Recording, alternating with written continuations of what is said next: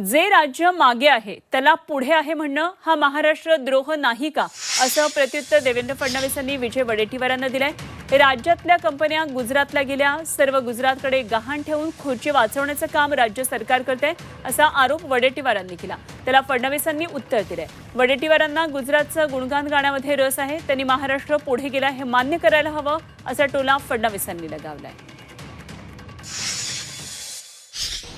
परवा महिंद्राची गुंतवणूक होणार होती, ती गेली नाशिकमध्ये। आणि मी आजच वाचलंय कुठल्या 5 क्लस्टरपैकी 4 गुजरातला गेले।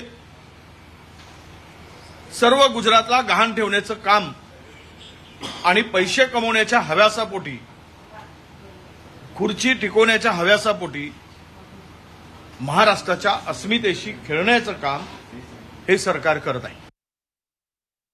असं आहे की वडेट्टीवार आणि काँग्रेस यांना गुजरातचंच गुणगान गाण्यामध्ये अधिक रस आहे।